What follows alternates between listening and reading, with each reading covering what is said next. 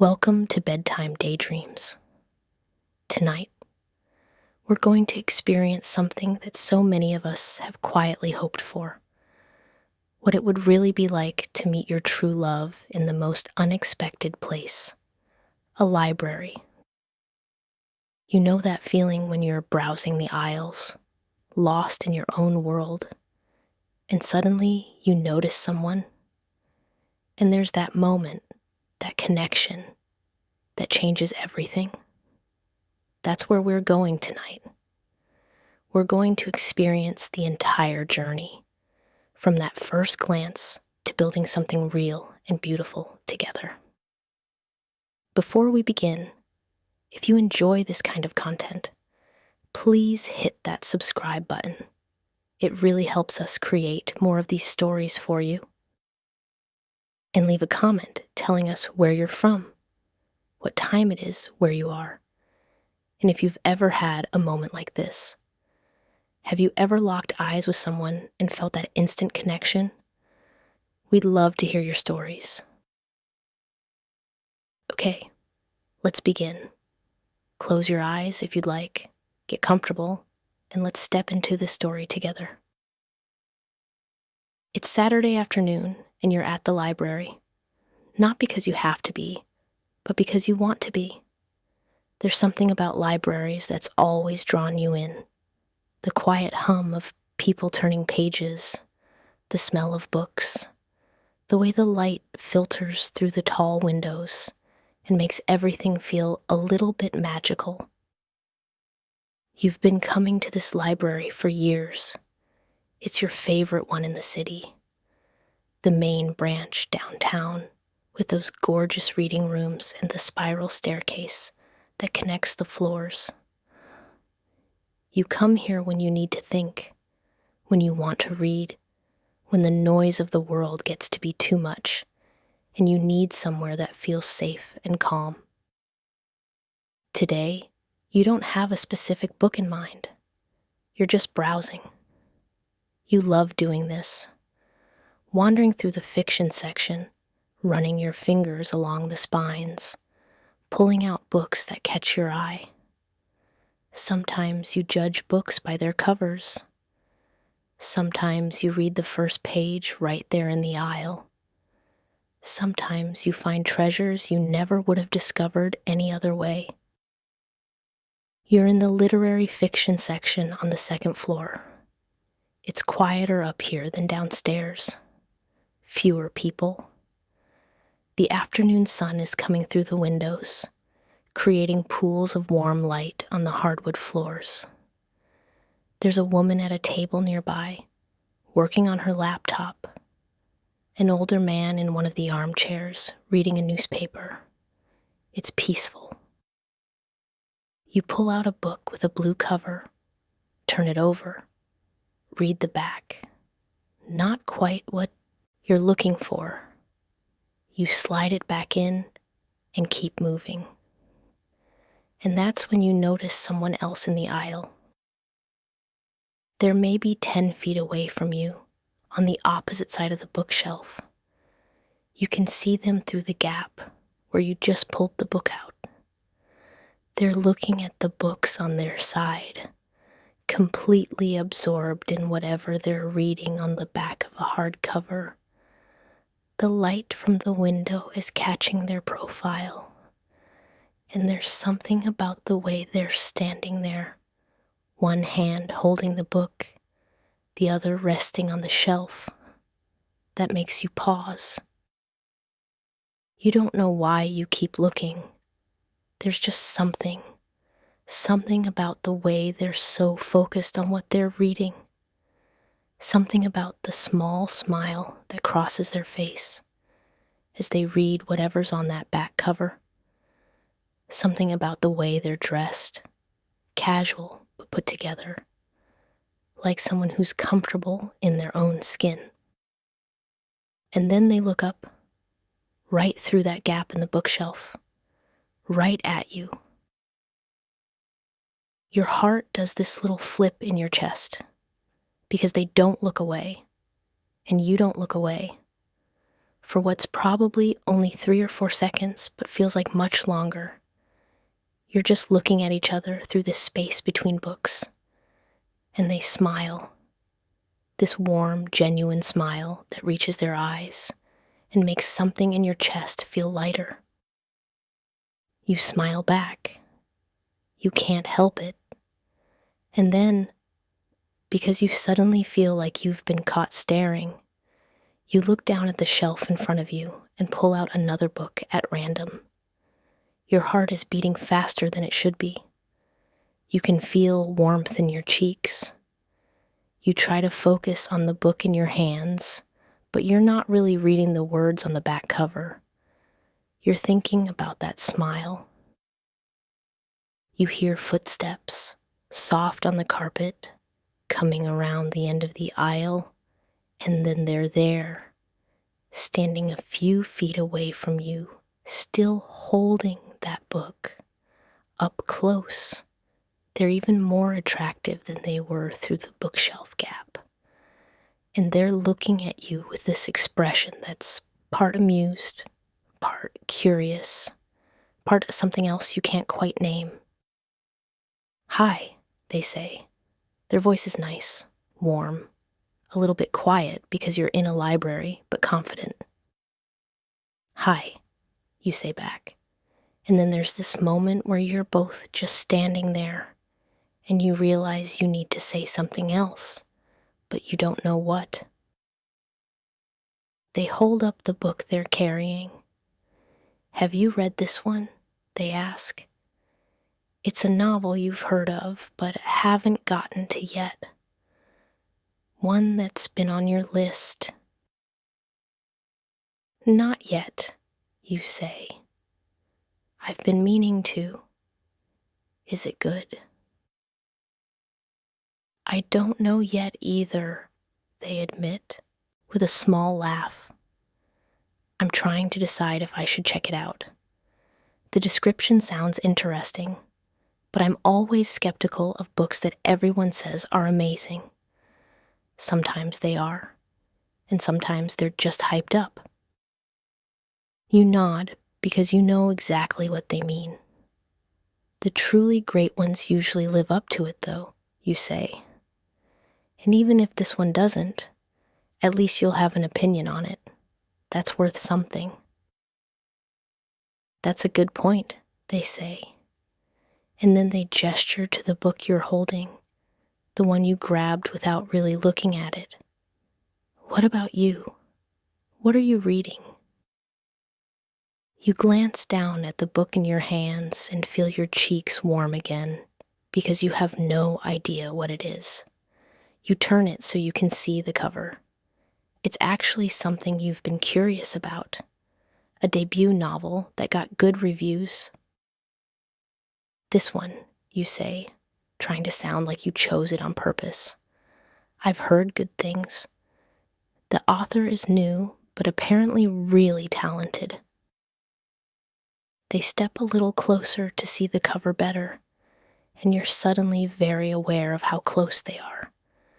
Close enough that you could reach out and touch them if you wanted to. Close enough that you can see the exact color of their eyes and the small details of their face that you couldn't see before. "Oh, I've seen that one recommended," they say. "If you end up liking it, you should let me know. I'm always looking for good new authors to check out." And there it is, an opening, an invitation to continue this conversation beyond today, beyond this moment. Your heart is really going now because you know what this is.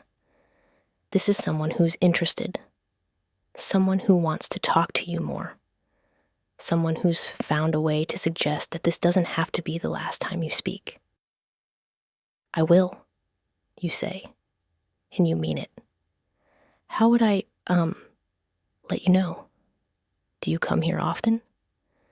The question sounds like a pickup line as soon as it leaves your mouth, and you almost laugh at yourself. But they just smile, not seeming to mind. "I do, actually, usually on weekends. I live pretty close by. so this is my go-to spot for finding books and for getting out of my apartment when I need a change of scenery. Me too, you say. I mean, I live close too, and I come here a lot. I love this place. It's the best library in the city, they agree. I've been to the others, and they're fine, but this one has the best atmosphere and the best light. They glance toward the windows where the afternoon sun is still streaming in. You're trying to figure out how to ask for their number or suggest getting coffee or something, anything, to make sure you see them again. But before you can formulate the words, they speak again. I'm here most Saturday afternoons, they say, and there's something deliberate in the way they say it, like they're giving you information you can use. Around this time, I like to browse and then usually grab one of the chairs by the window and read for a while. That sounds really nice, you say. And then, because you understand what they're offering and you want them to know you're receiving it, you add, I'm usually here on Saturdays too. I guess we've probably been here at the same time before without realizing it. Probably, they say, and their smile gets a little bigger. Well, now we know. So if you are here next Saturday and you see me, you should come say hi. Tell me about this book. They gesture to the one you're holding. Or we could just talk about books in general. I like talking about books. I like that too, you say, feeling like your chest might actually burst because this is going so much better than any scenario you could have imagined when you woke up this morning. I'll definitely be here next Saturday. Good, they say softly. And then, after a pause, I'm Alex, by the way. You tell them your name, and hearing them repeat it back to you, hearing the way they say it, makes everything feel even more real. This is actually happening. You just met someone who seems genuinely interested in you, someone you're genuinely interested in a library of all places. It's really nice to meet you, Alex says. And the way they say it, you can tell they mean it. This isn't just politeness. They're happy they stopped to talk to you. Happy this moment happened. You too, you say. Really nice. There's a moment where neither of you seems to know what to do next. You don't want to walk away, but you also don't want to be weird and clingy with someone you just met. Alex seems to be having the same internal debate because they glance down at their book, then back at you, then toward the staircase. I should probably go check this out before I change my mind about it, they finally say, holding up their book. But I'll see you next week, same time, same place. Absolutely, you say, trying not to sound too eager even though you are. You're so eager, it's almost embarrassing. Next Saturday, Alex confirms. They give you one more smile. This one's soft and warm and full of promise. And then they head toward the staircase to go downstairs to the checkout desk. You stand there for a moment after they're gone, still holding your book, still feeling the warmth of that interaction spreading through your whole body. Your hands are actually shaking a little bit. That's how affected you are. You've met people before. You've had crushes before. But there was something different about this. Something that felt easy and natural and right. You end up checking out the book you were holding, the one you picked up randomly that turned into your conversation starter. When you get home, you put it on your nightstand where you'll see it every day. A reminder of what happened. a reminder that next Saturday is coming. The rest of your weekend passes in a blur. You try to focus on other things, on your regular life and routines, but your mind keeps drifting back to the library, to Alex, to the way they smiled at you through the gap in the bookshelf, to the sound of their voice, to the fact that they wanted to see you again. You tell your best friend about it on Sunday when you meet for brunch. You try to play it cool at first, but then the whole story comes tumbling out. Every detail, every word exchanged, the look in their eyes, the way your heart raced. "That's actually really romantic," your friend says, grinning at you over their coffee. "Meeting in a library? That's like something out of a book itself." "I know," you say, unable to keep from smiling. I don't know. There was something about them, something that felt different." "So what are you going to do next Saturday?" your friend asks. "Are you going to bring them a coffee? Write your number in a book? I need details of the plan." "I don't have a plan," you admit. "I'm just going to be there and see what happens. Maybe we'll talk more. Maybe we'll actually sit and read together. I don't know. I'm trying not to overthink it." But of course, you do overthink it. For the next 6 days, you think about it constantly. You read the book you checked out, and it's actually good, which makes you happy because now you'll have something to talk to Alex about. You plan what you'll wear, then change your mind, then change it back. You tell yourself to be cool, to be casual, to not put too much pressure on a second meeting with someone you barely know. But deep down, you know this is something. You can feel it in the way your heart jumps every time you think about seeing them again, in the way you've caught yourself smiling at random moments throughout the week, in the way this one brief conversation has stayed with you, vivid and clear, when so many other interactions fade away almost immediately. Saturday comes, finally. You wake up earlier than usual, feeling nervous and excited in equal measure. You shower and take extra time getting ready. Not too much effort, nothing that screams, "I'm trying too hard," but enough that you feel good about how you look, confident, attractive, like yourself on a really good day. You leave for the library around the same time you did last week, maybe a few minutes earlier if you're being honest. The walk there feels longer than usual. Your palms are sweaty. Your stomach is doing flips. You tell yourself to calm down, that it's just a conversation, that there's no pressure here, but your body isn't listening to your brain. When you walk into the library, everything looks the same as it always does.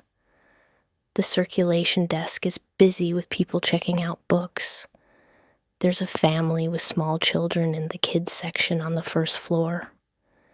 The elevator is broken, so you take the stairs to the second floor, like you always do. And there, in the literary fiction section, exactly where they said they'd be, is Alex.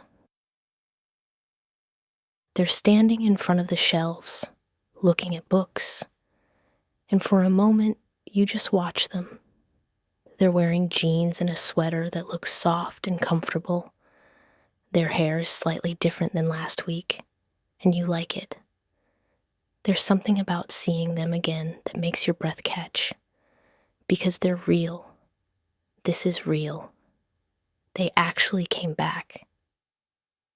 They must sense someone watching, because they turn, and when they see you, their whole face lights up. Not a polite smile, not a casual acknowledgement, a genuine, happy to see you expression that makes your heart soar. Hi, they say, walking over to you. You came.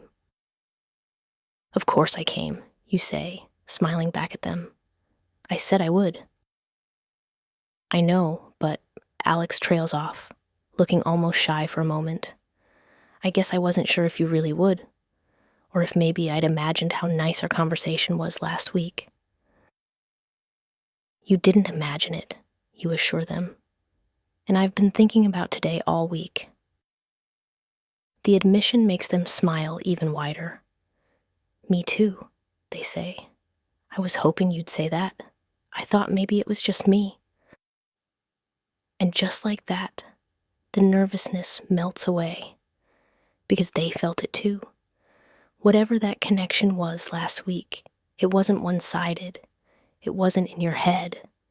It was real. And they're here. And they're looking at you like they're really happy about that fact. So, you say, did you read the book you checked out last week? I did, Alex says, and it was actually really good. Way better than I expected. What about you? How was yours? Really good too, you say. I stayed up too, late finishing it because I couldn't put it down. I love when that happens, Alex says. When a book just grabs you and won't let go. That's the best feeling. You start walking slowly down the aisle together, not really looking at books anymore, just talking. About the books you read this week, about your favorite authors, about that one book everyone says you should read, but you never have. The conversation flows easily, naturally, like you've known each other longer than a week. After a while, Alex says, do you want to grab one of the chairs by the window? We could sit and talk more comfortably. I'd love that, you say. You both grab seats in the reading area by the big windows, the same spot Alex mentioned last week, where the light is perfect and you can watch people walking by outside while still being in your own quiet bubble up here. You sit in chairs angled toward each other, close enough to talk quietly without disturbing anyone else, far enough apart to be respectful of each other's space. But as you settle in, you realize you don't care about the distance. What you care about is that Alex is here, and you're here, and you have this whole afternoon stretching out in front of you with nothing to do but get to know each other better. So, Alex says, settling back in their chair and looking at you with those eyes that made your heart skip a beat last week. Tell me more about you. What do you do when you're not haunting libraries on Saturday afternoons? And so you tell them about your life, your work, your hobbies, the things you care about, the places you like to go, your favorite coffee shop, and the breakfast place you love that makes the best pancakes in the city. Alex listens intently, asking questions, laughing at the funny parts, nodding thoughtfully at others. Then it's your turn to ask, and Alex opens up too. You learn about their job, which they seem to genuinely enjoy, about their apartment, which is small but cozy and full of books, about their family, who lives a few hours away, about their friends and the trivia night they do every Wednesday at a bar downtown. Time passes without you really noticing. The light through the windows shifts as the afternoon moves forward. Other library patrons come and go. The woman at the table nearby leaves scene and someone else takes her place. But you and Alex stay right where you are, just talking, getting to know each other, building something. At some point, Alex's phone buzzes, and they glance at it with a slight frown. I'm so sorry, they say. but I need to go soon. I have plans with friends tonight, and I need to go home and get ready. Your heart sinks a little because you don't want this to end, but you understand. And you also realize you've been sitting here talking for over 2 hours. It felt like 20 minutes. That's okay, you say. I've really enjoyed this. Me too, Alex says, and they sound like they mean it. Really, really enjoyed it. They pause, looking slightly nervous for the first time since you sat down. I know we said we'd meet here on Saturdays, and we definitely should keep doing that. But would you maybe want to exchange numbers? In case we want to talk before next Saturday? Or in case one of us can't make it, we can let the other person know. Relief and joy flood through you in equal measure. Yes, you say, probably too quickly. Yes, I'd really like that. You pull out your phones and exchange numbers, your fingers fumbling slightly as you type. When you look up again, Alex is smiling at you with this expression that's soft and warm and makes you feel like maybe, just maybe, this is the start of something really special. That night, lying in bed, you keep looking at your phone. Not texting Alex, not yet. Just looking at their name in your contacts. Proof that this afternoon actually happened. That you didn't dream the whole thing. You're trying to decide when it's appropriate to send a first text. Is tonight too soon? Should you wait until tomorrow? What do you even say? You're overthinking it, you know you are, but you can't seem to stop. And then your phone buzzes. A text from an unknown number that's suddenly not unknown anymore because it says, "Hey, it's Alex. Just wanted to say I had a really great time talking with you today. Hope you have a good night." You read it 3 times. Your heart is doing that thing again, that flip that seems to happen every time Alex is involved. They texted first. They were thinking about you too. You're not alone in whatever this is that's happening. You text back, "Hi, I had a great time too. Thanks for texting. Hope your night out with friends is fun." The response comes quickly.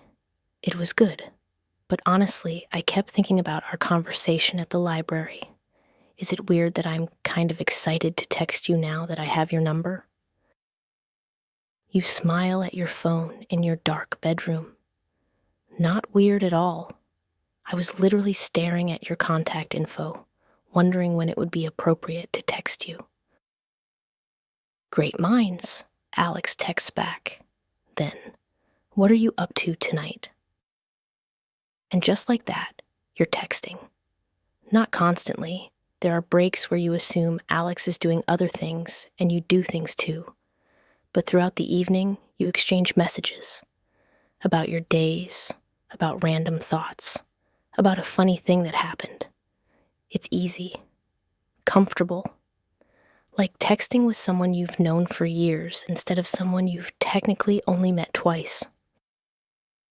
Before you go to sleep, Alex texts, "I know we're supposed to meet next Saturday at the library, but I was thinking, would you maybe want to get coffee sometime this week, if you're free?" Your heart soars. "I'd love to," you text back. "When works for you?" You end up making plans for Wednesday evening. There's a coffee shop you both like that's roughly between your 2 apartments, 6 o'clock. It's a date. Well, not officially a date. Neither of you has called it that. But it feels like one. The next few days at work are hard to focus on. Your mind keeps wandering to Wednesday evening, to Alex, to what you'll talk about when you're not in the quiet setting of a library. You wonder if the conversation will still flow as easily in a busy coffee shop. You wonder if you'll feel the same spark. You wonder if they're thinking about Wednesday as much as you are. You text throughout the week, good morning messages, random thoughts during the day, pictures of things you think the other person would find interesting. Alex sends you a photo of a bookstore display featuring that author you both discovered. You send back a picture of your coffee that the barista made a heart in the foam of, with the caption, "Thought of you when I saw this." Alex's response is immediate. "That's really sweet, literally and figuratively," with a smiling emoji. Wednesday arrives and you leave work a bit early to go home and change.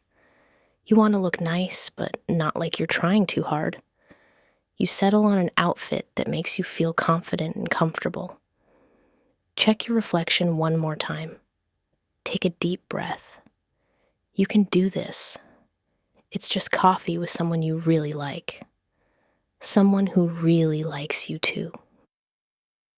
You arrive at the coffee shop a few minutes early. It's busy, like you expected. There's a line at the counter and most of the tables are full, but you spot Alex right away. They're already there, sitting at a small table by the window. And when they see you walk in, their face lights up in that way that's becoming wonderfully familiar. They stand up as you approach. For a second, you're not sure what to do. Hug? Handshake? But then Alex pulls you into a brief, warm hug that feels natural and right, and you think, okay, we're huggers now. That's good. That's really good. "I got here a little early and grabbed us a table," Alex says as you both sit down. "I figured it would be packed. What do you want to drink? I'll go order for us." You tell them your usual order, and they smile. "Good choice," they say. "I'll be right back." While they're in line, you watch them. The way they stand, hands in their pockets, reading the menu board, even though you're pretty sure they know what they're getting. The way they chat with the barista when it's their turn, friendly and warm.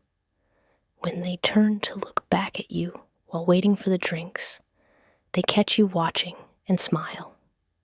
You smile back, feeling your cheeks warm, but not really caring.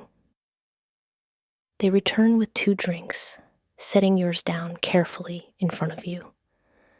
They were out of the raspberry scones, which I'm personally offended by, Alex says.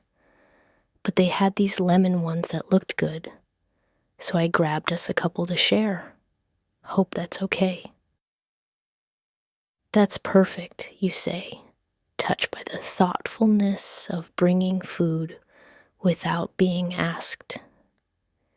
It's such a small thing, but it says something about the kind of person Alex is. Considerate, attentive, time twos.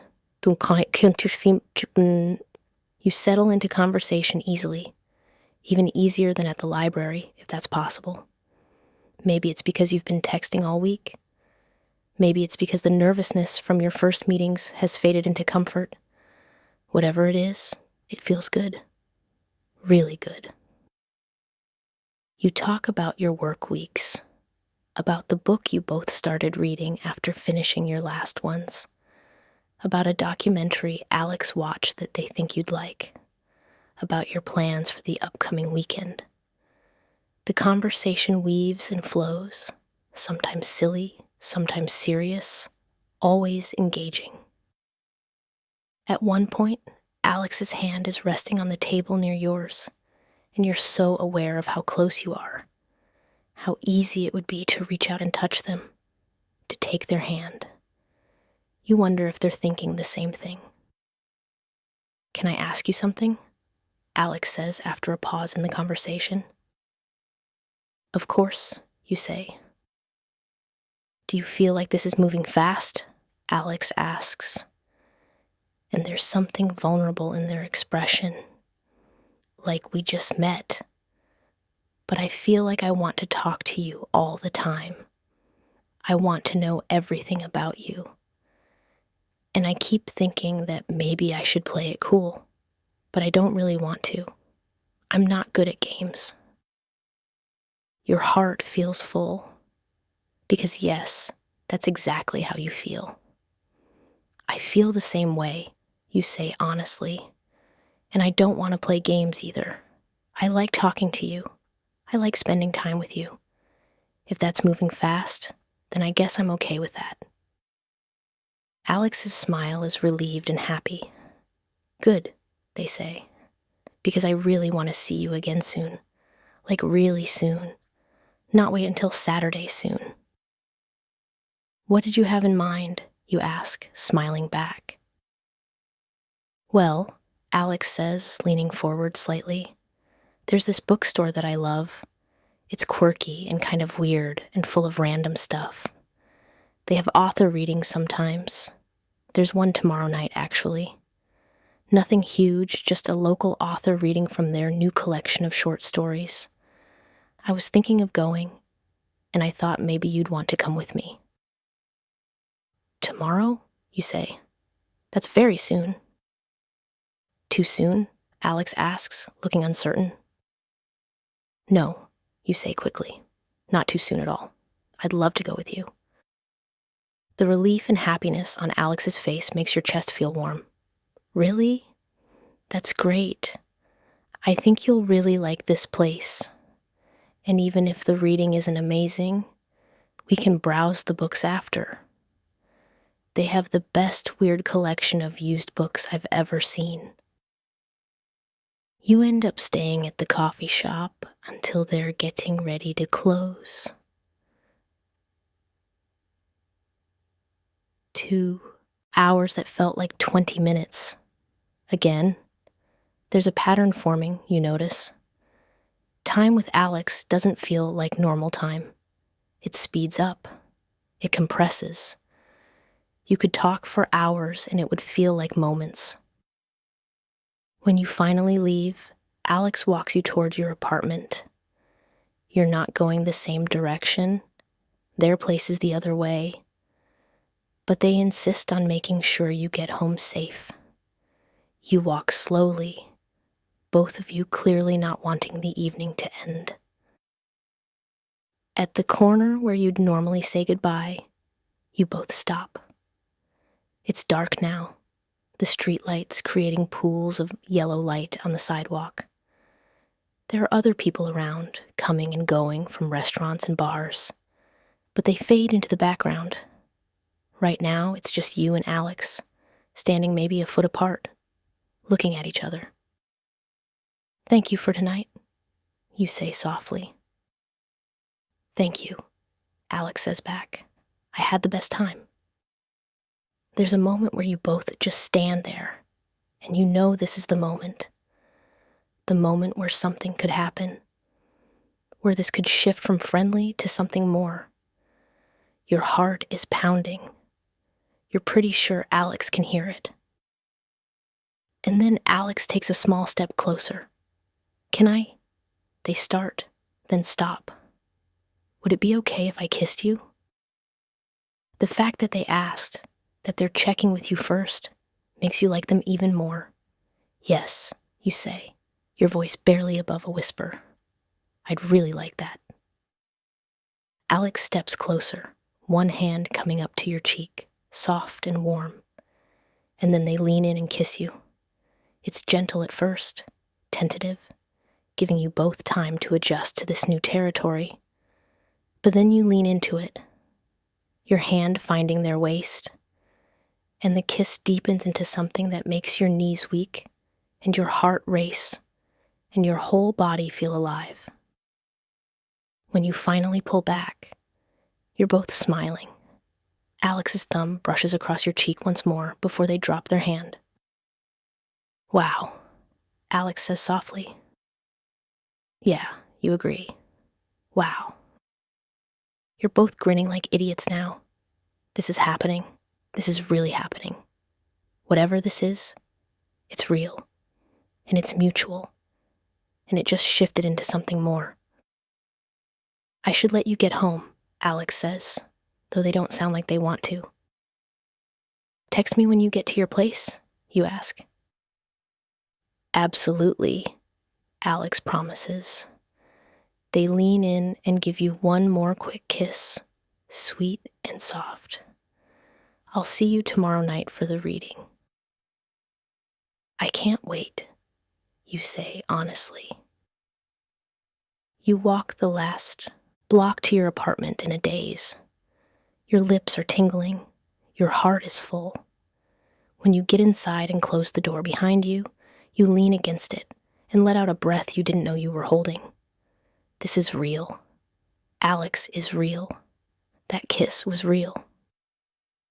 Your phone buzzes. Alex. Just got home, still thinking about that kiss. Is it weird to say I'm already looking forward to tomorrow? You text back. Not weird. I'm already looking forward to it too. And I'm definitely still thinking about that kiss. Alex sends back a heart emoji. Just one, simple and perfect. The next day at work is a complete wash. You can't focus on anything. Your coworker notices you're distracted and asks if you're okay. You tell them you're fine, just tired. You don't mention that you're actually just replaying last night's kiss in your mind on loop. That you've already picked out 3 different outfits for tonight and can't decide which one to wear. That you've checked your phone approximately 50 times to see if Alex has texted, even though you texted this morning and you don't want to seem clingy. Around 3 in the afternoon, your phone buzzes. Alex, I know we're seeing each other tonight, but I just wanted to say hi, and that I've been thinking about you all day, and that I'm really excited about tonight. Okay, that's all. Back to pretending to work now. You smile at your phone, not even caring that your coworker is definitely noticing. You text back, I've been thinking about you too, a lot, and I'm also really excited. What time should I meet you at the bookstore? You make plans for 7 o'clock. The reading starts at 7:30, so you'll have time to look around the store first. You go home after work, change into the outfit you finally decided on, check your reflection way too many times, and head out. The bookstore is called the Dusty Cover, and from the outside, it looks like exactly the kind of quirky place Alex described. The window display is chaotic but charming, full of stacked books and random knickknacks, and a hand-painted sign that says, "Come in. We're probably open." Alex is waiting outside when you arrive, and the smile they give you when they see you makes all the outfit changes worth it. They look good too. Really good. And when they hug you hello, you catch the scent of their soap or cologne or whatever it is that smells like them, and it makes you feel warm all over. Ready to see the weirdest bookstore in the city? Alex asks, grinning. So ready, you say. Inside the bookstore is even more chaotic than the window display suggested. Books are everywhere, not just on shelves, but stacked on the floor, piled on tables, tucked into strange corners. There's a cat asleep on the counter. There's a section of vintage maps. There's an entire wall of nothing but cookbooks from the 1970s. This place is amazing, you say, looking around in wonder. Right, Alex says happily. I knew you'd like it. Come on, let me show you my favorite section. They take your hand, just reaches out and takes it like it's the most natural thing in the world. And maybe it is. Your fingers interlock perfectly as Alex leads you through the maze of bookshelves to a back corner where there's a section labeled Strange and Unusual. This is where all the weird stuff ends up, Alex explains. Books about cryptids, conspiracy theories, obscure historical events. I love it. You never know what you're going to find. You browse together, still holding hands, pulling out books that look interesting and reading passages to each other. Alex finds a book about famous, unsolved mysteries and opens it to a random page. You find a collection of Victorian ghost stories that makes Alex's eyes light up. I love ghost stories, Alex says. The old-fashioned ones especially. There's something about the language they used, the way they built suspense. I didn't know that about you, you say. Well, Alex says with a smile, we're still learning about each other. That's the fun part, right? Discovery. Before the reading starts, you grab seats in the small area they've set up with folding chairs. There are maybe 20 other people there, and the author is a soft-spoken woman in her 60s who reads 3 of her short stories in a gentle, captivating voice. One is funny, one is bittersweet, one is unexpectedly moving. But if you're being honest, you spend as much time aware of Alex next to you as you do listening to the stories. The way your shoulders are touching. The fact that they haven't let go of your hand. The way they lean over once to whisper a comment about one of the stories directly into your ear. Their breath warm against your skin. After the reading, you browse the store some more. Alex buys the Victorian ghost story collection. You buy a novel that catches your eye. The store owner, an older man with wild gray hair and a kind smile, rings you up and says, "You two make a nice couple." You and Alex glance at each other. You're not officially a couple. You've been on 2, maybe 3 dates, depending on how you count, but neither of you corrects him. Alex just smiles and says, "Thank you," and squeezes your hand. Outside the bookstore. It's cooler than it was earlier. You pull your jacket tighter. Alex notices and, without asking, drapes their arm around your shoulders as you walk. You lean into them, fitting against their side like you were designed to be there. "Are you hungry?" Alex asks. "There's a good pizza place near here. We could grab a slice if you want, unless you have to get home."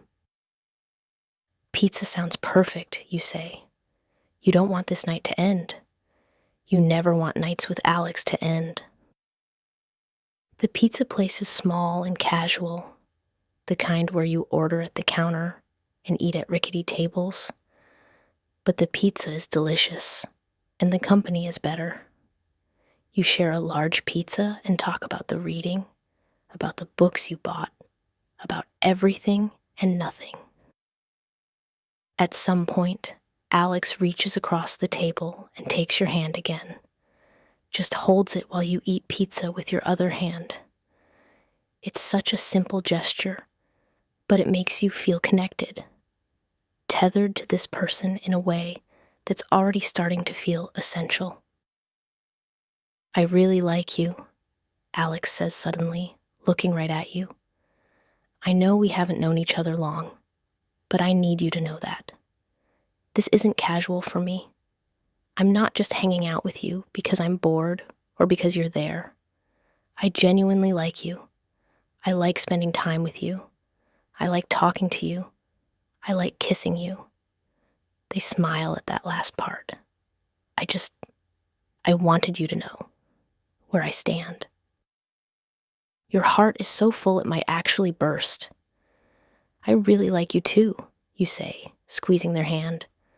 "This isn't casual for me either. I think about you constantly. I get excited every time you text. When we say goodbye, I'm already thinking about when I'll see you again. I've never felt like this so quickly with anyone. Good, Alex says softly. I'm glad it's not just me. After pizza, Alex walks you home again. At your door this time, you don't hesitate. You pull them close and kiss them, and they kiss you back with an intensity that makes your head spin. When you finally break apart, you're both breathing hard. I should go, Alex says, but they don't move. You should, you agree, but you don't let go of them. Finally, reluctantly, you step back. Text me when you get home, you say. I will, Alex promises. They kiss you one more time, quick and sweet. See you Saturday at the library. Wouldn't miss it, you say. But as you watch them walk away, you know Saturday feels too far away. You're already in deep with this person, already falling. And the scary part is you don't want to stop. And Saturday comes, and you meet Alex at the library like you planned. But things are different now.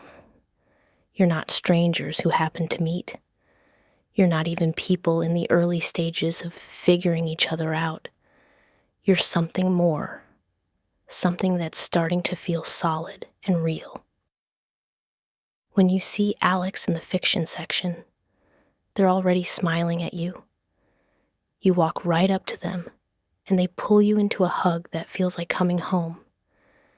You breathe in the scent of them, feel the solid warmth of their body against yours, and think, yes, this is what I want.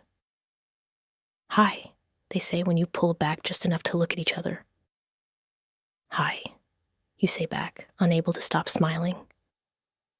You spend the afternoon like you did that first time, talking, sitting by the windows, completely absorbed in each other. But now there's touching too. Alex's hand on your knee, your fingers playing with theirs. Small, sweet gestures that say, I'm here. You're here. This is us now. At one point, Alex looks at you with this soft expression and says, You know what's funny? I've been coming to this library for 3 years. And you've been coming here for years too. We've probably been here at the same time so many times without knowing it. We could have met way earlier. But we didn't, you say. We met exactly when we were supposed to meet. Alex smiles. I like that. The timing was right. The timing was perfect, you correct gently. Later, you decide to leave the library and get dinner. A real dinner, not just coffee or pizza. Alex knows a Thai place that they love, and you walk there together, hand in hand, like it's the most natural thing in the world. Like you've been walking through the city together for years instead of weeks. The restaurant is cozy and warm, with string lights and plants hanging from the ceiling. You sit across from each other in a corner booth, knees touching under the table. You order too much food because you want to try everything, and you end up sharing bites off each other's plates, laughing when the curry is spicier than either of you expected. Over dinner, Alex tells you about their childhood, about growing up in a small town and always dreaming of moving to the city, about their parents, who sound loving and supportive, about their younger sister, who's getting married next summer. I'm the best man, Alex says, or best person, I guess. She asked me months ago, and I said yes immediately. But I've been kind of dreading it, because I didn't have a +1, and I knew I'd be the only single person in the wedding party. They pause, looking at you carefully. I know it's way too early to ask you to come to a wedding with me. That's a lot. But I'm just saying, hypothetically, if we're still together in 9 months, I'd really like you to be there with me. Your heart does a little flutter at the phrase, if we're still together, not if we're still dating or if we're still seeing each other together. Like Alex is already thinking of this as a relationship, as something with longevity. Hypothetically, you say, smiling, I'd really like to be there with you too, 9 months from now. Alex's smile is relieved and happy. Good. I mean, I know it's assuming a lot, but I have a good feeling about this. About us. Me too, you admit. I know we just met, and rationally, I should be more cautious, but I can't help it. This feels right. After dinner, you walk through the city with no particular destination in mind.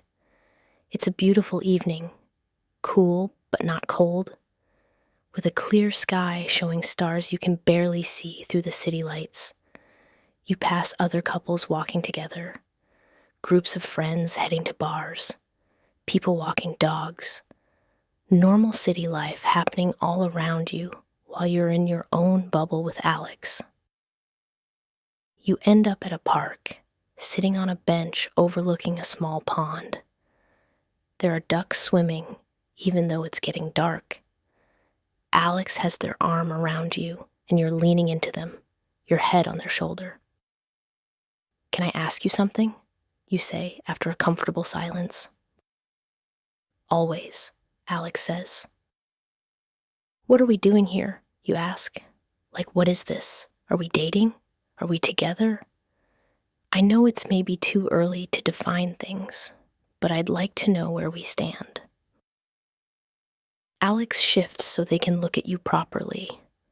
I'd like to define things, they say, if you're okay with that, because from my perspective, I'm not interested in dating anyone else. I'm not looking around seeing who else is out there. I just want to see you. I want to be with you. So if you're asking me what we're doing, I'd say we're together. We're in a relationship, unless you want something different. Relief and joy flood through you. No, you say quickly.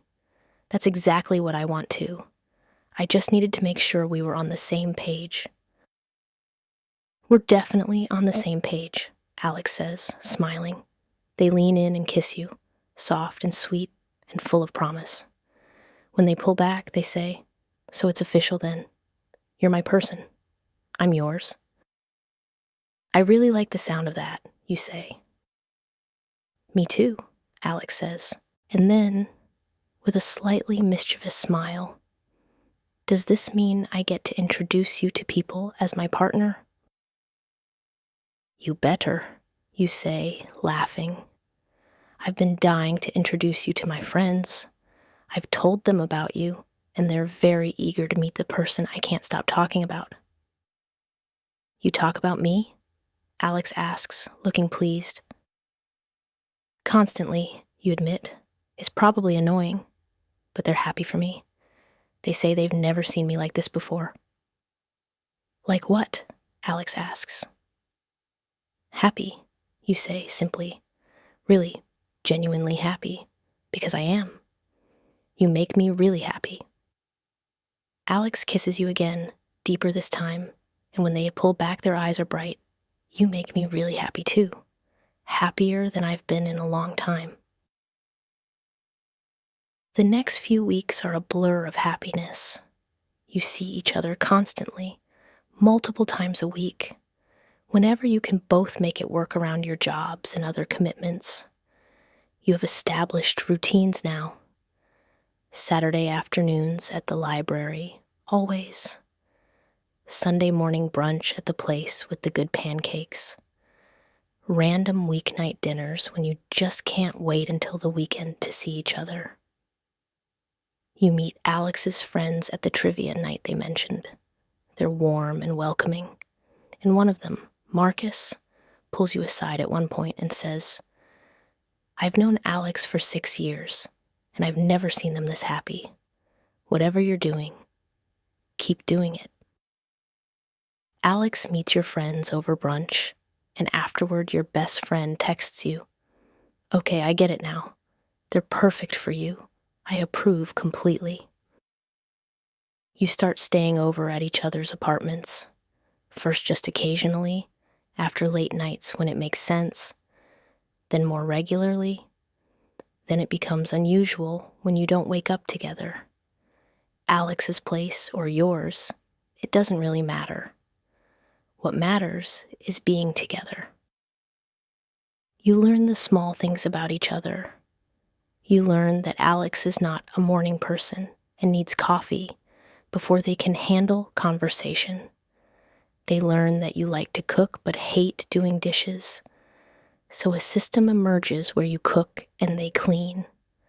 You learn that Alex has a very specific way of organizing their bookshelves, alphabetically by author within genre, with a separate section for books they haven't read yet.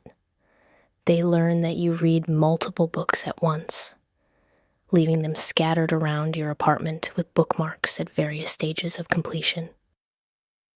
You learn the big things too. You learn about Alex's past relationships, why they ended, what they taught them. They learn about yours. You learn about Alex's dreams for the future, the book they want to write someday, the trip to Japan they've always wanted to take, the big career move they're considering but haven't fully committed to yet. They learn about your dreams too, the ways you want to grow, the things you hope to accomplish, the fears you carry with you. One night, about 2 months in, you're at Alex's apartment. You've just finished dinner, a lazy meal you cooked together in their small kitchen, and you're curled up on the couch watching a movie. Well, the movie is on, but neither of you is really paying attention to it. You're too busy just being together, talking quietly, touching, existing in the same space. "I have something I want to tell you," Alex says during a lull in conversation. You shift so you can see their face. They look nervous. "What is it?" you ask. "I'm falling in love with you," Alex says simply. "Actually, that's not quite right. I think I've already fallen. I'm in love with you. I've been for a while now, and I know it's fast, and maybe it's too early to say it, but I don't want to keep it to myself anymore. I love you." Your heart feels so full you think it might actually explode. You've been carrying these words around too, feeling them grow stronger every day, wondering when the right time would be to say them out loud. And here's Alex, brave enough to say it first, brave enough to be vulnerable. "I love you too," you say, your voice thick with emotion. "I think I've loved you since that first day at the library, or maybe the second day, definitely by the time you kissed me. I love you so much." Alex pulls you closer, kisses you like you're the most precious thing in the world. "Yeah?" they say against your lips. "Yeah," you confirm, laughing a little through the happy tears that are threatening to fall.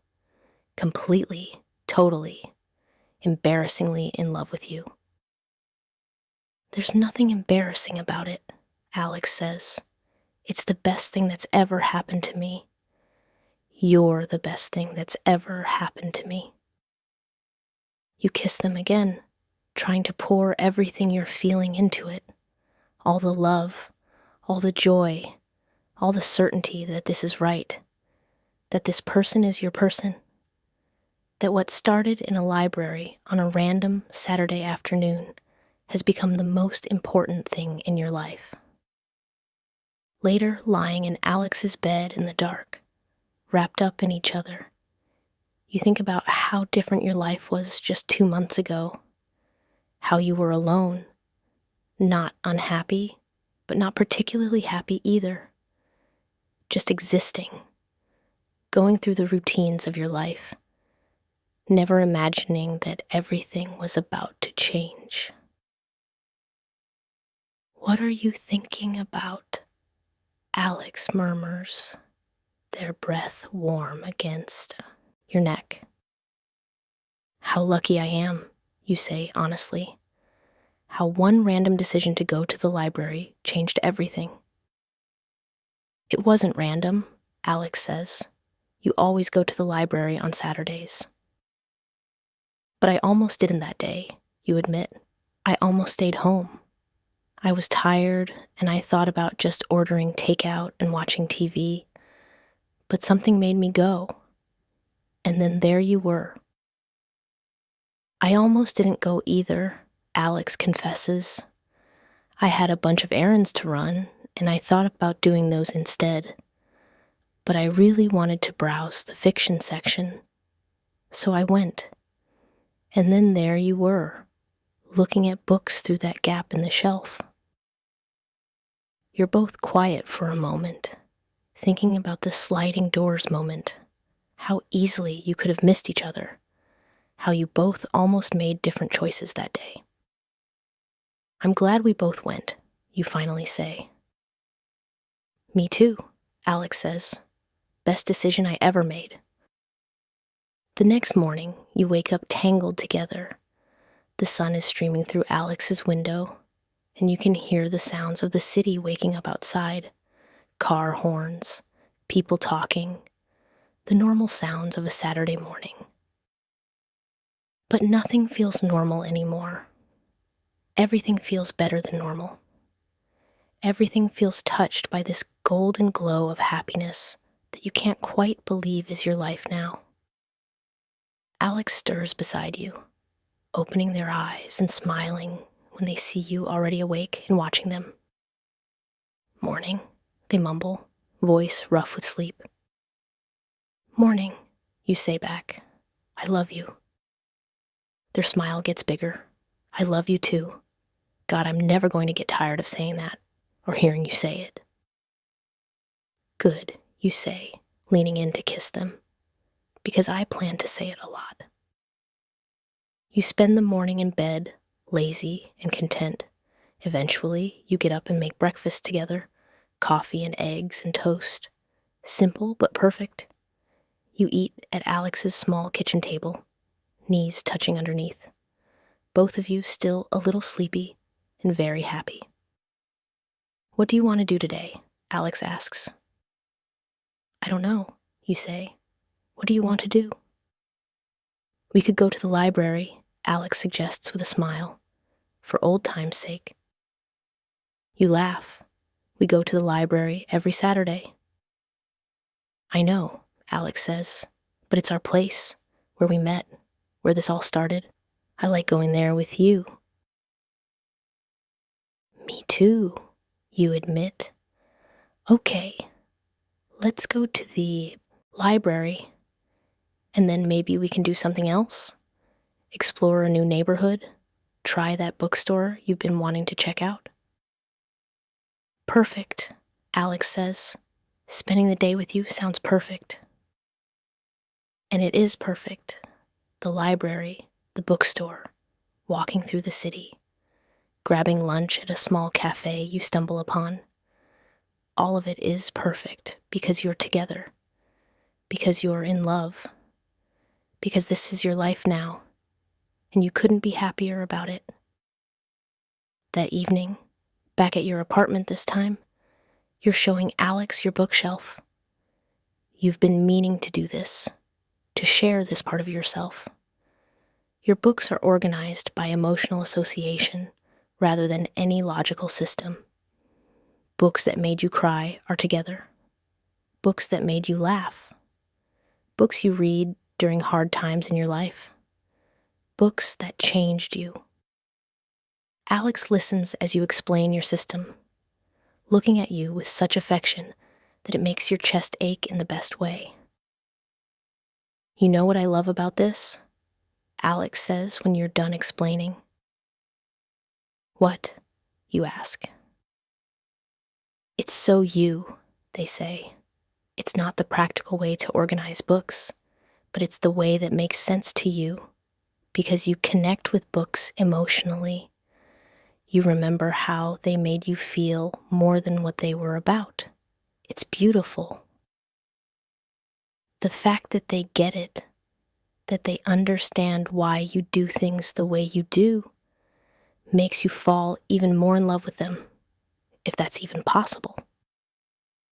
Where would you put me? Alex asks suddenly. If I was a book, which section would I go in? You think about it seriously. I'd have to create a new section, you finally say. Because no category I have right now fits what you are to me. You'd be in the changed my life section, the made me believe in love again section, the best thing that ever happened to me section. Alex's eyes are suspiciously bright. They pull you close and hold you tight. I'd put you in the exact same section. They whisper into your hair. The book I never want to finish reading. The story I want to keep discovering forever. 3 months into your relationship, Alex meets your parents. You've been nervous about this for weeks, but Alex is calm and reassuring. They'll love me, they say with confidence. Or at least, they'll love how much I love you.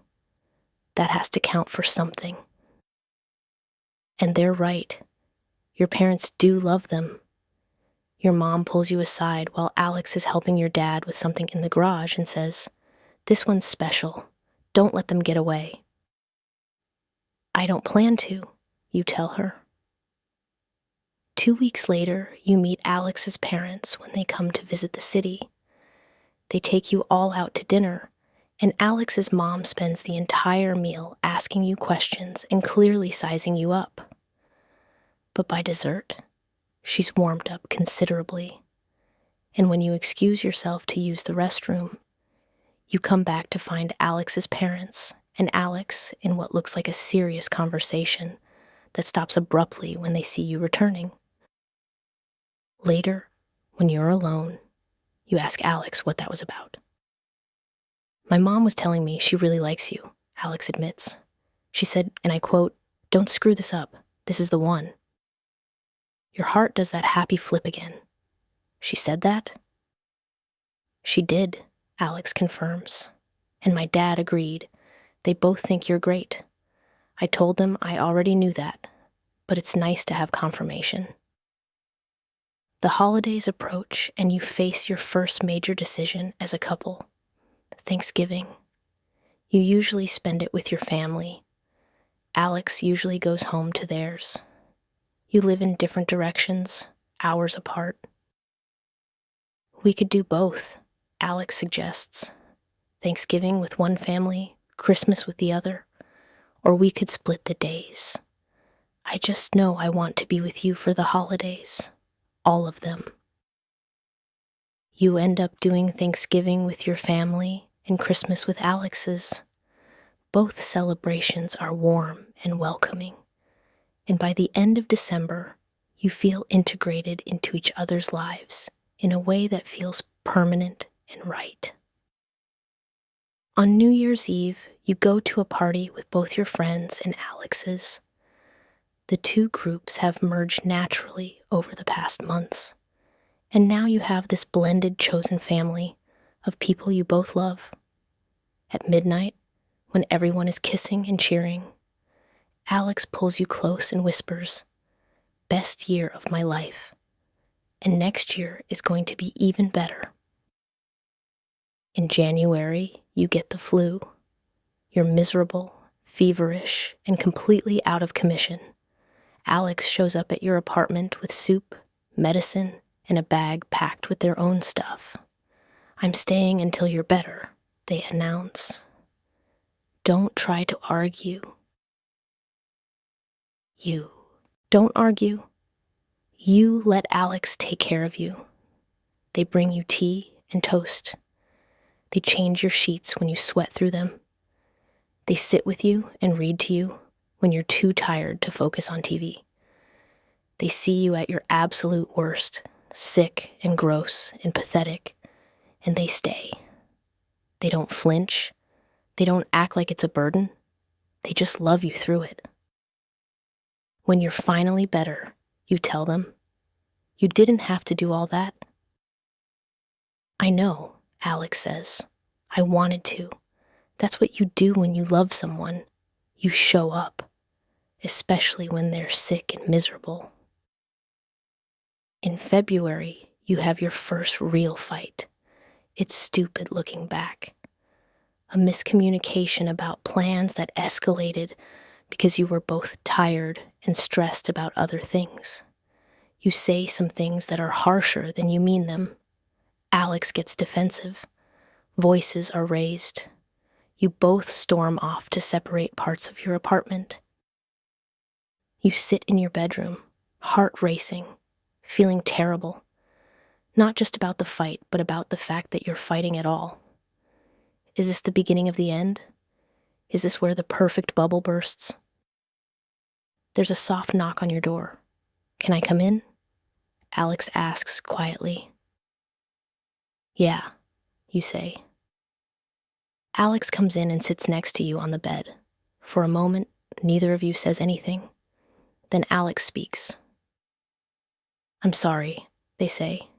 "I shouldn't have raised my voice. I shouldn't have said that thing about you never listening. That was unfair and not true." "I'm sorry too," you say.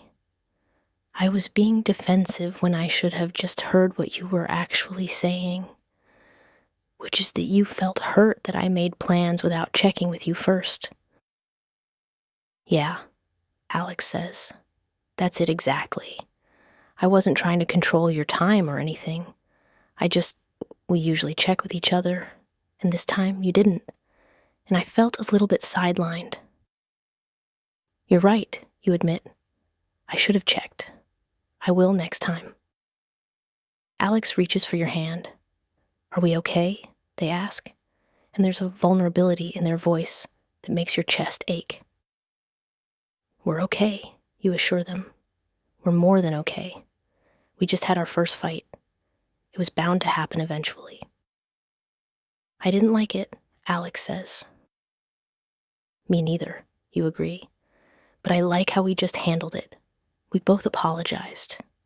We both took responsibility. We talked it through. That's good, right? That's what healthy couples do." "That's what healthy couples do," Alex confirms. They lean their head on your shoulder. "I love you, even when we fight." "I love you too," you say. "Especially when we fight, actually, because it shows me that we can work through things, that we're not just going to bail when it gets hard." You learn from that fight. You both do. You get better at communicating, at speaking up when something bothers you before it becomes a big thing, at checking in with each other, at remembering that you're on the same team, always. By spring, you're basically living together. You haven't officially moved in. You both still have your own apartments, but you're at one place or the other every night. Your stuff is at Alex's place. Their stuff is at yours. It's not a formal arrangement. It just happened naturally. One morning over coffee, Alex says, "We should probably talk about this." "Talk about what?" you ask, even though you know. "The fact that we're paying for 2 apartments when we only use 1.5, Alex says with a smile. "We're basically living together already. We should make it official." Your heart races, not from fear, but from excitement. "Are you asking me to move in with you?" "I'm asking if we should move in together," Alex clarifies. "My place or yours? Or we could find a new place that's ours from the start. I don't care where we live. I just want to stop splitting our lives between 2 apartments and actually have one home together." You think about it for about 2 seconds. Yes, you say. Absolutely, yes. Let's do it. You decide to find a new place, something that's yours together from the beginning. You spend the next few weeks apartment hunting, which is stressful and frustrating and somehow also really fun. You learn more about each other through this process, what you each need in a home, what you're willing to compromise on, what's non-negotiable. You finally find a place in May. It's a 1-bedroom apartment in a good neighborhood, close to the library where you met. It has big windows and good light, and enough space for both of your book collections. It's not fancy, but it's perfect for you. Moving day is chaotic. Your friends and Alex's friends all show up to help, and there are too many people, and too many boxes, and too much pizza. But by the end of the day, your furniture is arranged, your books are on shelves, your clothes are in the shared closet. This is your home now, together. That first night, after everyone is left and you're alone in your new space, you and Alex collapse on the couch, surrounded by half-unpacked boxes. We have our own home, Alex says, sounding a little awed. Time taunt twos. We do, you agree. How does it feel? Perfect, Alex says. Absolutely perfect. You curl up together on the couch in your home, and you think about the journey that brought you here. From strangers in a library to this, partners, people who have chosen to build a life together. It's only been about 7 months, but it feels right. It feels like exactly where you're supposed to be. Living together is an adjustment, but a good one. You establish routines. Saturday mornings are for sleeping in and lazy breakfasts. Sunday afternoons are for the library, always the library, your special place. Weeknight dinners are usually at home, cooking together, trying new recipes, and laughing when they don't turn out quite right. You learn the realities of sharing space with someone. Alex is messier than you realized. They leave socks on the floor and forget to close cabinets. You're more particular than you thought you were. You like things put back in specific places. You have strong opinions about how to load the dishwasher. But you also learn the joys of it. Coming home to someone. Having someone to tell about your day. Falling asleep next to them every night. Waking up with them every morning. The small intimacies of shared life.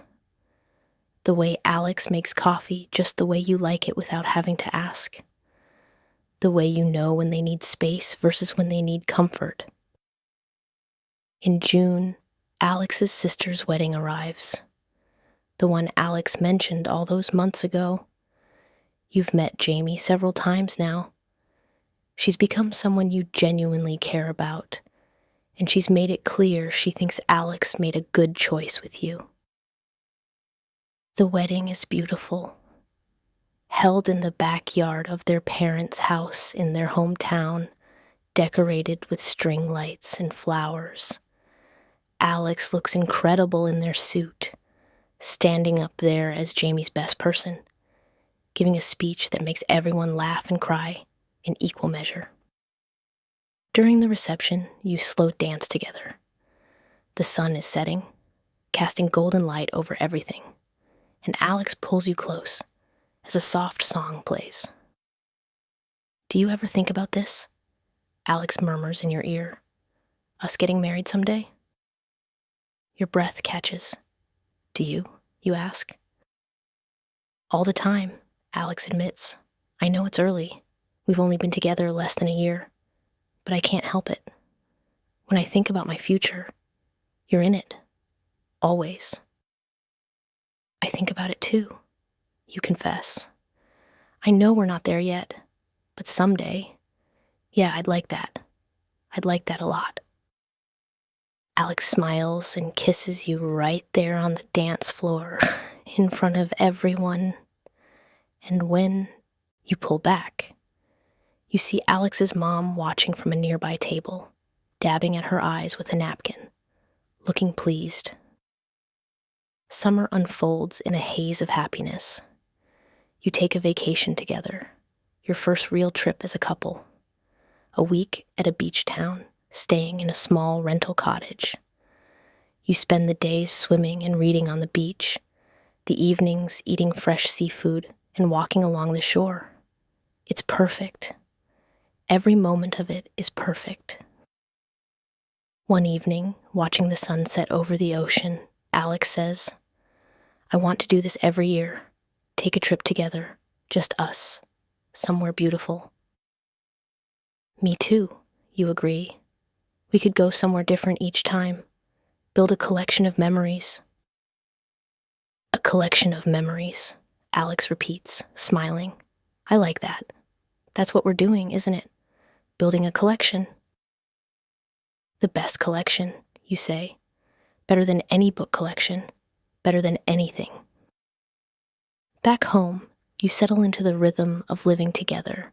You host dinner parties in your apartment. Your friends and Alex's friends come over, and your home fills with laughter and conversation. You make your space truly yours. Art on the walls, plants in the windows, a reading nook by the window where you both curl up with books on lazy Sundays. In August, you have a small health scare. Nothing serious, it turns out. But there's a week where you're waiting on test results and you're terrified. Alex is your rock through all of it, goes to every appointment with you, holds your hand in the waiting rooms, stays calm when you can't. When the results come back clear, you both cry with relief. "I was so scared," you admit afterward. Not just about the results, but about what it would mean for you. Being with someone who might be dealing with something serious. Alex cups your face in their hands and looks at you intensely. "Listen to me. I love you. Not just when things are easy. Not just when we're having fun or going on vacations. I love you through everything. Health scares, bad days, fights, all of it. That's what love is. Showing up for the hard stuff too." "I love you so much," you say, voice thick with emotion. "I love you too," Alex says. "So much that sometimes I can't believe this is my actual life. That I get to be with you every day. That you're mine and I'm yours."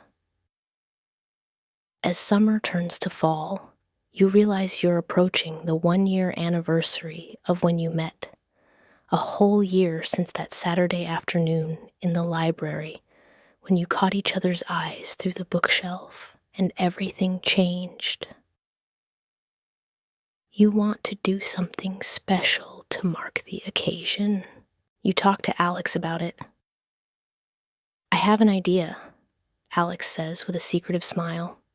"Let me plan something. Trust me." "Always," you say. On the Saturday that marks exactly 1 year since you met, Alex takes you to the library. Your library, the place where it all started. You spend the afternoon there like you do most Saturdays, but this time, Alex has brought a picnic basket.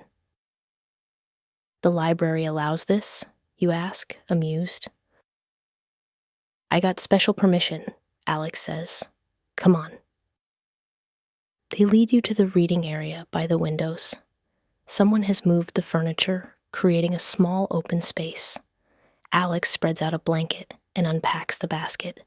Cheese and crackers, your favorite wine, chocolate-covered strawberries, all the things you love.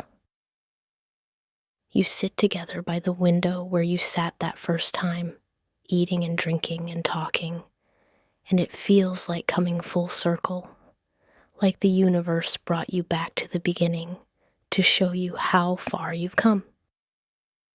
"Thank you for this," you say softly. "It's perfect." "I'm not done yet," Alex says. They pull a small box out of their pocket, and your heart stops. It's not a ring box. It's too big for that. Alex opens it to reveal a key. A regular house key on a keychain shaped like a tiny book. "What's this?" you ask, confused but touched. "It's a key to our apartment," Alex says, "which you already have, obviously, but this one is special. I had it engraved." They turn it over, and you see tiny letters engraved on it, where our story began. Tears prick your eyes. "Alex." "I wanted to give you something to mark today," Alex continues. 1 year since we met in this exact library. 1 year since our story started. And I wanted to remind you that even though that story began here, it continues at home. In the life we're building together, every day is another page, another chapter. You're crying now, happy tears streaming down your face. "I love you so much," you manage to say. "I love you too," Alex says, wiping your tears gently with her thumb. "Here's to year 1, and to all the years to come." You kiss them right there in the library, not caring who sees. This is your place. This is where your story began. And now, 1 year later, that story is still being written, still unfolding, still getting better with every chapter.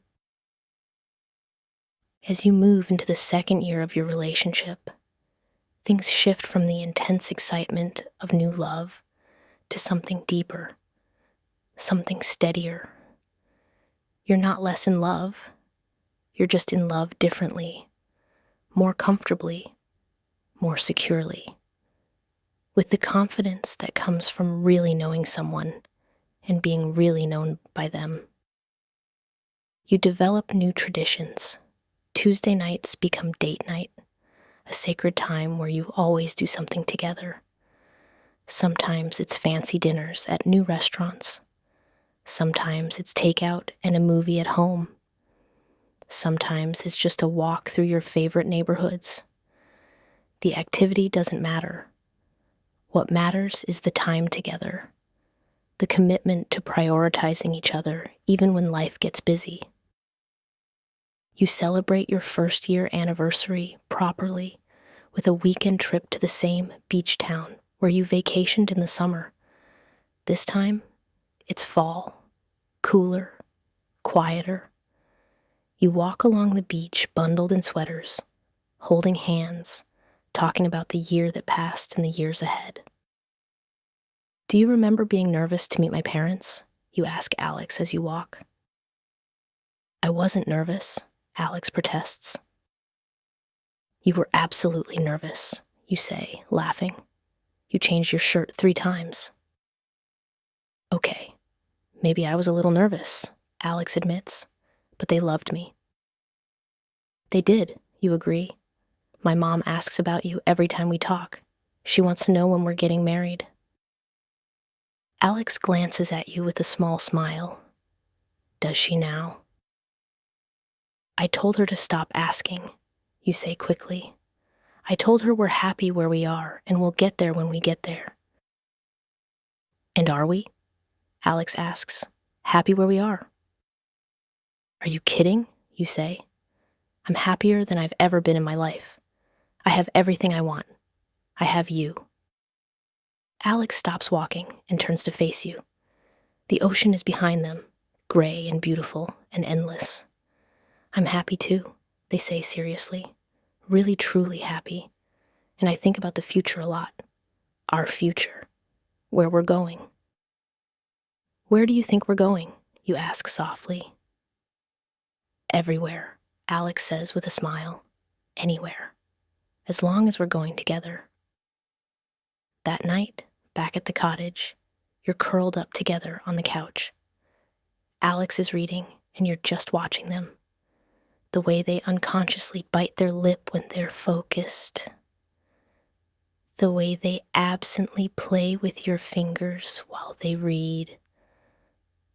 The way they look completely at peace. "What are you thinking about?" Alex asks, without looking up from their book. "How lucky I am," you say. It's become a theme. But it's true. Every time you think it, it's true. Alex looks up and smiles. I'm the lucky one. We're both lucky, you compromise. Deal, Alex says. They put their book down and pull you closer. You know what's weird? I can barely remember what my life was like before you. Like I know factually what I did, where I went, how I spent my time. But it doesn't feel real anymore. This feels real. You feel real. Everything else feels like it was just leading up to this. You know exactly what they mean. Your life before Alex feels like a different version of you lived it.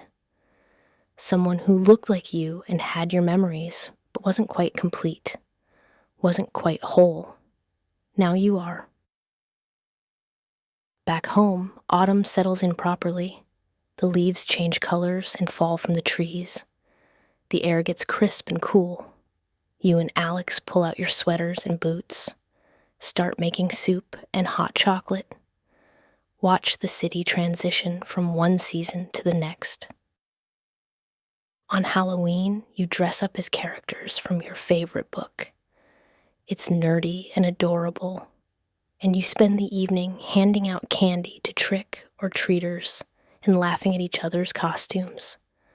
Later, after the kids stop coming and you've eaten way too much of the leftover candy, you end up slow dancing in your living room to old songs, still in your ridiculous costumes.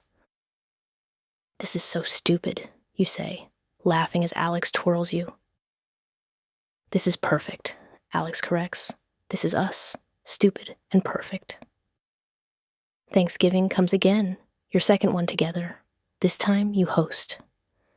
Both sets of parents come to your apartment, and you cook an ambitious dinner that actually turns out well. Your mom and Alex's mom get along like old friends. Your dad and Alex's dad bond over sports. Everyone is happy, well-fed, grateful. After dinner, after everyone has gone home and you're doing the mountain of dishes together, Alex says, I think that went well.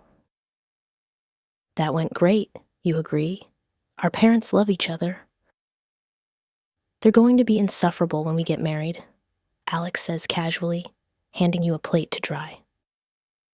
You pause. Alex said when, not if. You file that away, heart fluttering. December arrives with its usual chaos. Holiday parties, shopping, decorating. You and Alex get a small Christmas tree for your apartment and spend an evening decorating it, drinking wine and listening to music. Some of the ornaments are ones you each brought from your old apartments. Some are new ones you've bought together. Each one has a story. On Christmas morning, you wake up early. Alex is still asleep next to you, looking peaceful and younger somehow in the soft morning light. You watch them for a moment, thinking about the past year, all the moments, big and small, that have brought you to this point, all the laughter and tears and ordinary days that have woven together into this beautiful life.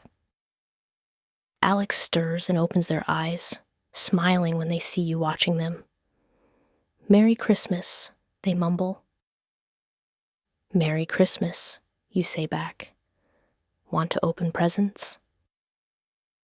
In a minute, Alex says, pulling you closer, I just want to stay here with you for a little while longer. This is my favorite part. Just us, before the day really starts. You curl into them, warm and safe, and loved. Mine too, you say softly. Later you exchange gifts. You got Alex a first edition of their favorite book, something you've been searching for months. Their eyes light up when they unwrap it, and they handle it reverently.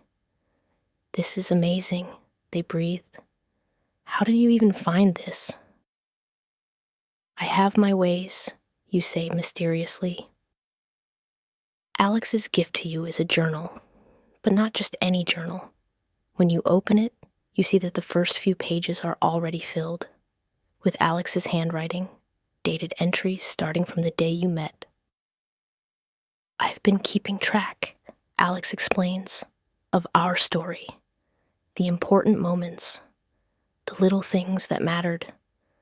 I thought maybe we could both write in it, keep adding to it, so we never forget. You're crying before you finish the first entry. It's dated the day you met, and it says, "Saw someone looking at books through the shelf today, caught their eye. They smiled at me and something shifted. Think I might remember this moment for the rest of my life." Do you like it? Alex asks nervously. I love it, you manage to say through your tears. I love it so much. I love you so much. I love you too, Alex says, wiping your tears gently. More than I thought it was possible to love another person.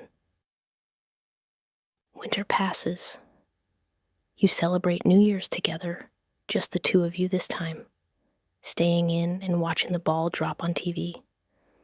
At midnight, you kiss and make promises for the year ahead. More adventures, more memories, more of this beautiful life you're building together. January and February are cold and gray, but you don't mind. You spend more time at home, cooking elaborate dinners, having movie marathons, reading in your reading nook. Alex is working on writing their book finally, and you give them space and encouragement. You watch them create something new, and you're so proud of them. You could burst. In March, spring starts to arrive. The days get longer. The temperature rises. You and Alex start taking evening walks again, rediscovering your neighborhood after a winter of hibernation. Everything feels fresh and new, even though it's familiar.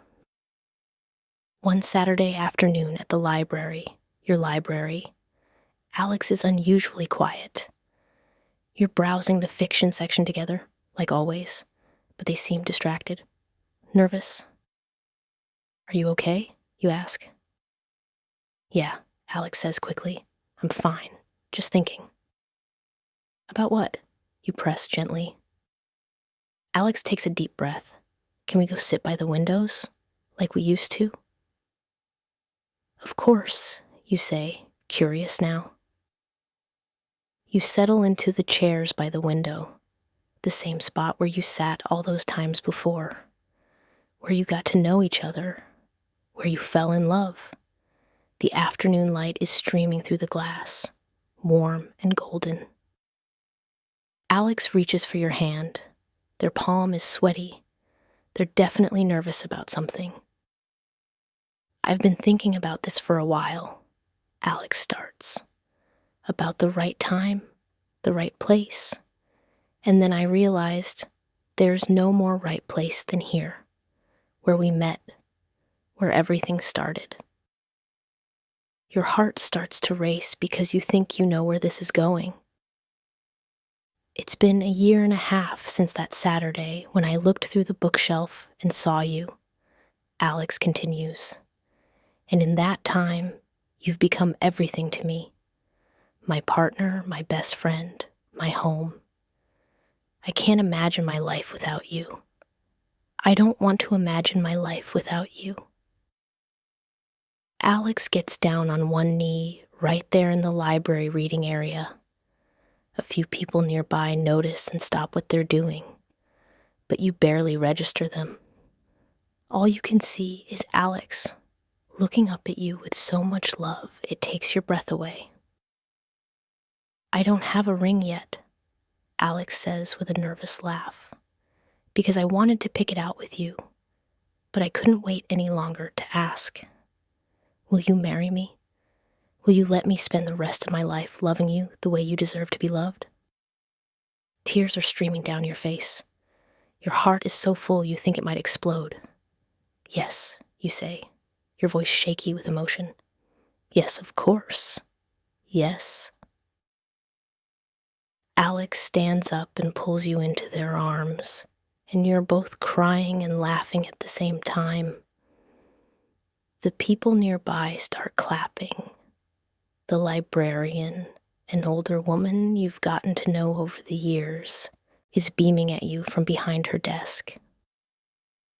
"We're getting married," Alex says, pulling back to look at you. "We're getting married," you repeat, still not quite believing it.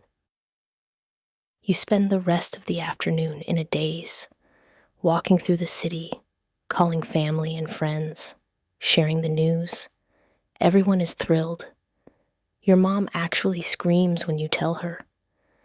Alex's sister immediately starts planning the bachelorette party. That night, back at home, you're lying in bed together. Your left hand feels empty without a ring, but somehow that doesn't matter. What matters is the promise, the commitment, the future you're going to build together. "I can't believe you proposed in the library," you say. "It had to be there," Alex says. "That's where our story began. It seemed right that it should be where this new chapter starts too." "It was perfect," you assure them. "Everything about it was perfect. Everything about you is perfect." "I'm not perfect," Alex protests. "I'm messy, and I procrastinate, and I forget to close cabinets." "You're perfect for me," you amend. "That's what matters. You're my person, my home, my everything." Alex kisses you softly. "You're my everything too, my whole world."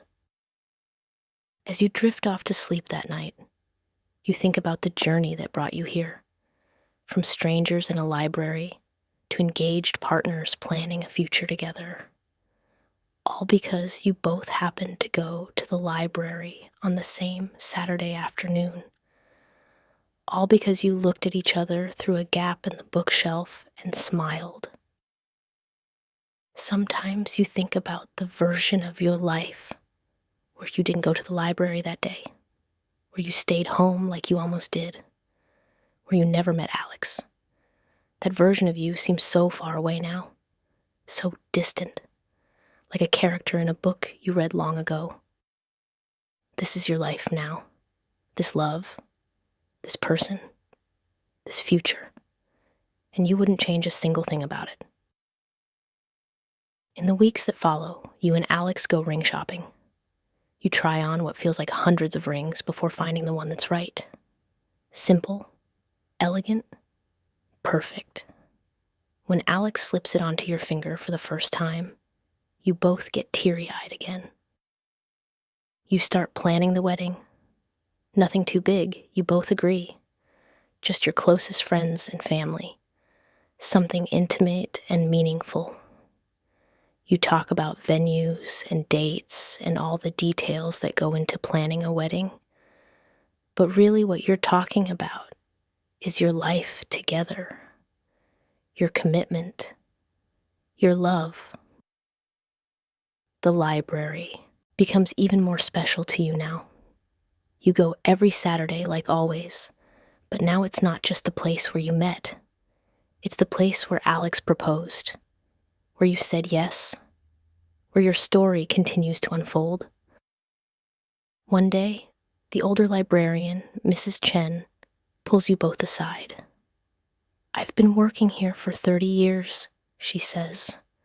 "I've seen a lot of people meet, a lot of first dates in the coffee shop downstairs. But you two are something special. The way you look at each other, the way you fit together, it reminds me of my late husband and me. Hold on to this. What you have is rare." "We will," Alex promises, squeezing your hand. "We definitely will," you echo. Summer comes again, warm and bright and full of possibility. You're planning a September wedding, something small at a garden venue with your favorite people around you. You've asked your best friend to officiate. Alex's sister is the maid of honor. Everything is coming together beautifully. On a warm June evening, you and Alex are on your apartment balcony. It's small, barely big enough for 2 chairs, but it's yours. You're watching the sunset paint the sky in shades of pink and orange and purple. Alex is holding your hand, playing with your engagement ring like they often do. 3 months until the wedding, Alex says. Are you nervous? Not even a little bit, you say honestly. I'm excited. I'm so excited to marry you, to officially be your spouse, to stand up in front of everyone we love and make promises to you. But nervous? No. I've never been more sure of anything in my life. Me neither, Alex says. From the moment I saw you in the library, I knew. I didn't know I knew, but looking back, I did. You were it for me. You are it for me. You lean over and kiss them as the sun sets behind the buildings, painting everything in gold. This is your life. This love. This person. This beautiful, unexpected, perfect story that started in a library and continues to unfold every single day. And as you sit there together, watching the day turn to evening, you think about that first Saturday, about how nervous you were, about how you almost didn't approach Alex, about how easily this whole thing could have not happened. But it did happen. You took the chance. You smiled back. You said yes to coffee, yes to more dates, yes to love, yes to moving in together, yes to marriage, yes to building a life with this person who saw you through a gap in a bookshelf and changed everything.